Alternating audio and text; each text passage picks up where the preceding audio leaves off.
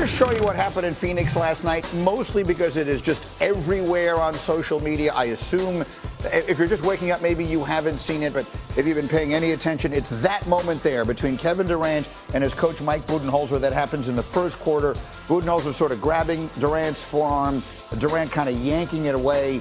By the way, Durant would lead the Suns on a huge comeback win from 19 down in the fourth quarter to win the game. So take all of that for whatever it is worth. And after the game, Durant completely downplayed the incident. Yeah, that's what usually happens when you don't know the dynamics of a relationship. You know, you catch something on TV, you get a quote, and now you pushing that narrative as if me and Bud don't do that all the time. We competitive as two individuals who want to see things done the right way. And sometimes my way ain't the way that Bud want to do it, and vice versa. Bart, why are you laughing hysterically as he's talking? No, because we've all been there, right? We've all been coached hard. We've all not been in the mood, and we've all said the wrong thing or heard the wrong thing. What happened with you and a coach you were telling me? Well, Bob Sutton's my guy, and I love him to death, man. He looks like Orton Rettenbacher, the popcorn guy. You know what I'm saying? So, I think it was 3rd and 18. We went to red 2, no pass rush, and they picked it up. I'm like, what? Why the hell are we in that call? He came over there. Bob took his headphones off. He said, "You want to call him?" And pow! Right on my head, say, "Bob, ho, Bob." So, Bob, I will kick your Bob. Hey. So what you're telling me is that your linebackers coach made a call you didn't like, and he put the headphones on you on the sideline. It ain't he put them on me. It's how he put them on me. You know, those things got tension. He put them in there. Splat!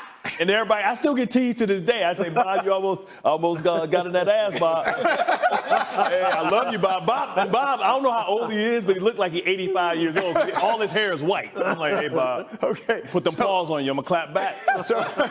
So we've seen it. The point is this something or nothing? Well, the Suns have been having some problems, and if you've sat courtside at a Suns game in recent weeks, you've probably heard a back and forth between Budenholzer and Durant.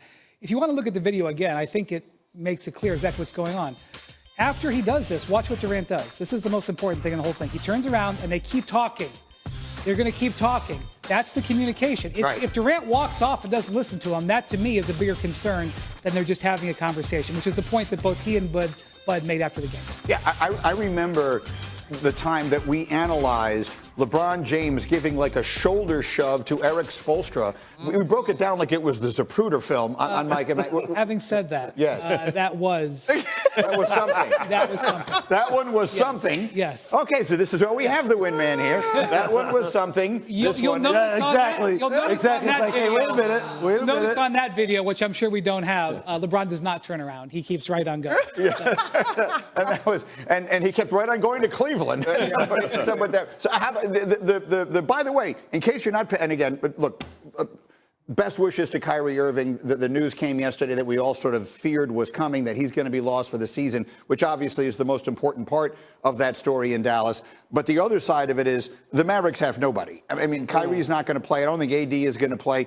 So while the Suns are currently 11th, they will probably just by default work their way into the play-in, Monica. So they're going to get some shot at salvaging what otherwise has been a devastatingly bad season. Yeah, and KD postgame said to Stephanie Redick that they have to put together more efforts like what you saw, particularly in the fourth quarter last night versus the Clippers. And so they understand.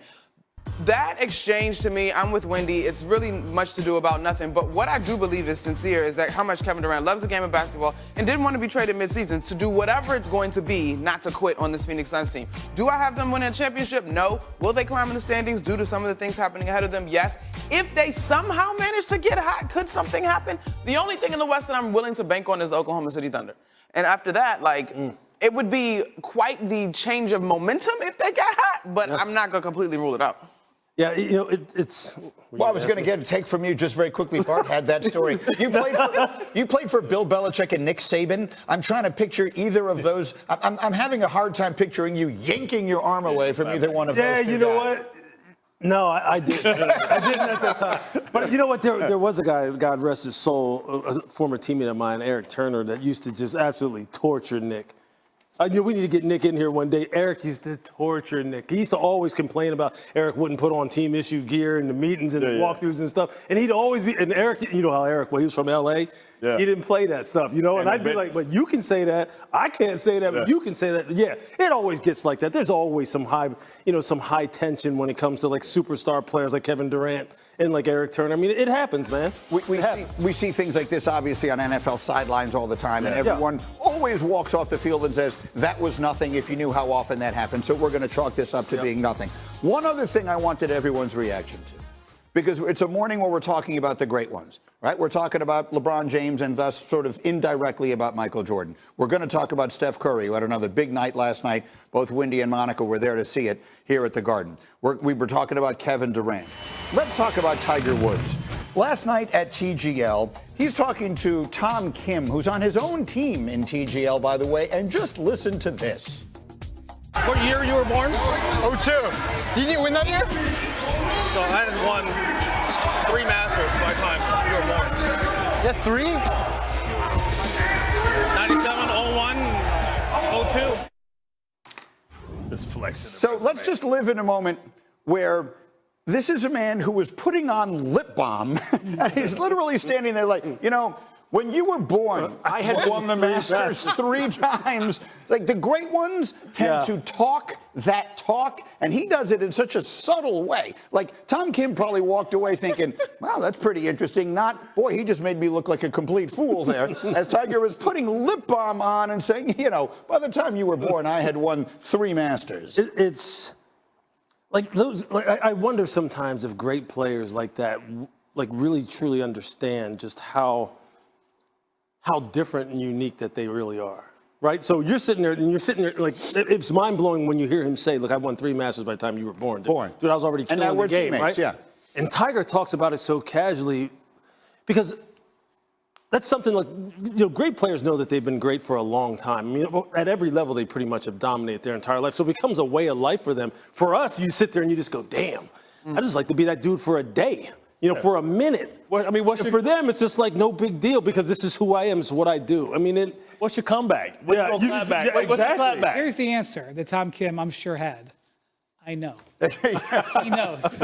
He knows he's got all those majors. He knows already. I just find the ability to talk it that way a fascinating one. And golf is a little bit different too. Golf is actually a similar, you know, you're talking about the Rockies and versus the Mount Everest. I mean, no one was ever better than Tiger Woods when he was at his very best, and unfortunately his body broke down and he wasn't able to do it for the length of time. Otherwise, he would have won 25 majors by now, but that's a different but I just think that that's a great analogy that Wendy had as far as the debates that you had between what do you really prioritize, longevity, or do you prioritize just how high were you at some point in your career? Right. And the Jordan, LeBron, I mean, that's the perfect analogy. The one thing, though, in the longevity conversation is how effective you are over that stretch. Right. Because we've got guys that are you can't just play long and be average. They were role players and they moved to different roles on the bench. So, but that LeBron is going to be first team All NBA at the age of 40. Second team, no worse than second team.